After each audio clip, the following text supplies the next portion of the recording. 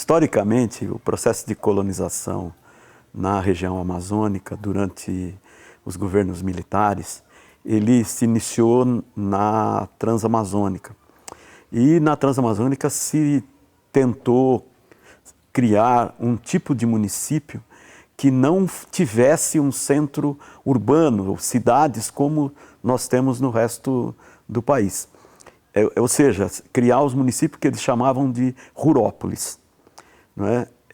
Esse processo pressupunha uma hierarquia, não é, na área do município, com pequenos centros, com serviços de necessidade imediata, farmácia, comércio de alimentos e outros, material de construção, etc. E centros de segunda grandeza, onde já poderia se ter uma agência de banco, enfim, outros serviços públicos, interessando hospitais e tudo mais. E nesse sentido, não é, esses municípios não teriam áreas urbanas propriamente ditas. Não é? E com isso tentaria se garantir a fixação da população na área rural. Isso significa dizer que as escolas deveriam estar nessas agrovilas, chamadas de agrovilas, que eram esses centros de menor concentração de atividades. E isso foi implantado parcialmente no eixo da Transamazônica e, na realidade, o que aconteceu é que as atividades econômicas que deveriam garantir a presença desses colonos nesse trecho da Transamazônica, elas não conseguiram se efetivar. Depois de 3 anos que os governos militares decidiram parar a ocupação na Transamazônica e privilegiar Rondônia, que, do ponto de vista geopolítico, tinha recebido recursos do Banco Mundial e do Banco Interamericano de Desenvolvimento para construir a BR-364, ligando Cuiabá a Porto Velho e ligar Rio Branco no Acre, ou seja, uma rodovia cuja finalidade era estratégica do ponto de vista militar, ou seja, de proteção da área de fronteiras. Nessa primeira etapa da implantação, não é, o Estado conseguiu, o Estado, o governo federal, conseguiu acompanhar o ritmo da migração. Ou seja, na medida em que o INCRA fazia os assentamentos, não é, eles iam sendo ocupados. Mas chegou um momento, na década de 70, sobretudo, em que o fluxo de migrantes era maior do que a ação do INCRA para fazer os projetos de colonização. E do ponto de vista do processo de ocupação desses lotes, os assentados, os colonos, chamados de colonos, eles eram obrigados a derrubar a floresta. Não é? Ou seja, era a ocupação efetiva e a abertura das áreas de cultivo, das áreas de pastagem depois destinada à criação, que garantiria o direito de ocupação. Infelizmente, o INCRA nunca conseguiu implantar todas as chamadas políticas agrícolas que garantisse essa política de ocupação, essa política fundiária de ocupação, não é, no mesmo ritmo. Ou seja, a ocupação acabou antecedendo em muito as ações, não é? Ou seja, não é, a aprovação de crédito quando está já na época de plantar, então às vezes depois, passada a época de plantar, é que o crédito saía. O INCRA não implantou só projetos de colonização em Rondônia. O INCRA, junto com os projetos de colonização, implantou o que ele chamava de projetos de desenvolvimento agropecuário. Ou seja, ele loteou, não é, áreas de até 3.000 hectares, não é, para que capitalistas implantassem a atividade de criação de gado bovino do ponto de vista, não é, econômico mesmo. Muitos desses projetos também faliram, não é? E acabaram sendo ocupados por migrantes não é, que continuaram se dirigir para lá à procura de terra. E conflitos aconteceram, como foi o caso de Corumbiara. O problema mais geral, que eu penso que é mais que vai afetar de fato a fixação desses colonos na área, é que passou a ocorrer um descompasso nas ações do INCRA entre o projeto fundiário, que eram os assentamentos propriamente dito, e os projetos e a política agrícola que interessavam as políticas de desenvolvimento socioeconômico desses assentados.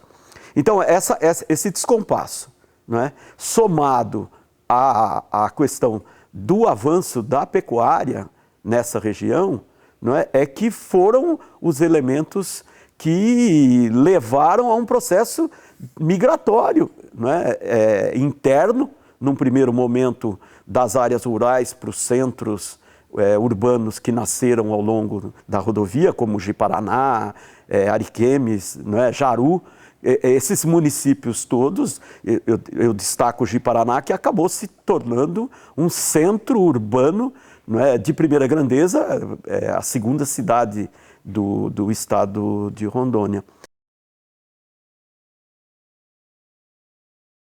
Muitos dos assentamentos que o INCRA vai fazer depois do governo militar são exatamente assentamentos que são mais regularização fundiária do que assentamento de fato. No início, como era um projeto, como os colonos, quando era um projeto de colonização, ele fez a agrovila. Não é? Quando ele vai fazer, depois do governo militar, o assentamento, ele já não tem mais, não é? Ele não tem lá a floresta, a área livre de ocupação para que ele possa projetar e fazer todo o plano de ação. Ele não tem. As famílias já estão ocupando a área na condição de poceiro, não é? Então, ele chega, tem que respeitar a ocupação pré-existente e não tem como montar essa infraestrutura. Quer dizer, então aí nós chegamos ao extremo da falta de infraestrutura mínima necessária, não é? Ou seja, essas famílias já estavam lá, entraram de acordo com as suas possibilidades econômicas, não é? Fazendo pequenas casas, no início elas de palha, de palmeiras, não é? Das diferentes palmeiras, que são muitas na Amazônia. Depois eles fazem as casas de madeira, coberta, eles chamam de tabuinha, porque eles pegam o mogno e cortam pequenas tabuinhas e vão remontando, fazendo a função de telha, né, da telha de barro, de cerâmica, e essas são as primeiras casas, vamos dizer assim, construções mais estáveis que eles possibilitam. E, via de regra, as escolas seguem o padrão, né? Numa área em que ainda se usa muito a palha, não é? A escola é um reflexo da habitação que esses colonos poceiros agora vão conseguindo implantar. Onde as comunidades, via de regra, através da ação da igreja, na época das comunidades eclesiais de base, tiveram uma ação mais significativa, essas escolas nasceram mais rápidos e muitas vezes à frente da ação do poder público local, não é? Ou seja, das prefeituras. Na realidade, a prefeitura acabava só se incumbindo de remunerar a professora. Não é?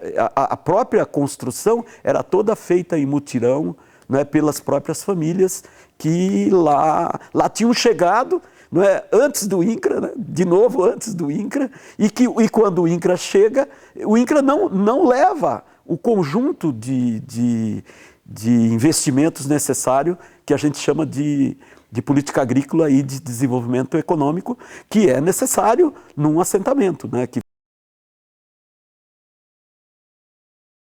A área onde expande a agricultura de grãos, onde expande a pecuária de corte, não é? Dificilmente essas atividades reterão as populações na área rural. E naquelas áreas em que a atividade econômica ainda, não é, necessita de mais mão de obra, não é, essa presença da população na área rural vai se manter. não é? Eu acho que a gente tem que, no caso de Rondônia, sempre buscar a ilustração do caso de Cacoal, de Ouro Preto do Oeste e de Jaru. Jaru também mantém, porque também tem muito café, e agora com o cacau, né? De 2003 para cá, né, nós vamos ter as políticas governamentais que interessam a aquisição da produção das pequenas unidades, né? Chamada de agricultura familiar. E essa aquisição ou pelo governo estadual, ou pela Conab, ou pelas prefeituras, não é? E junto com a outra política que é de introdução desses alimentos na merenda escolar, não é?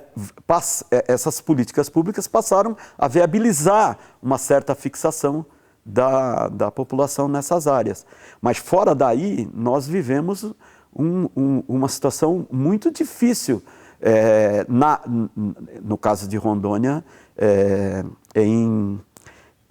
que pudesse conseguir reter essa população nessas áreas rurais, não é? E que foram a razão da ocupação, não é? Do Estado. Né? Muito obrigado.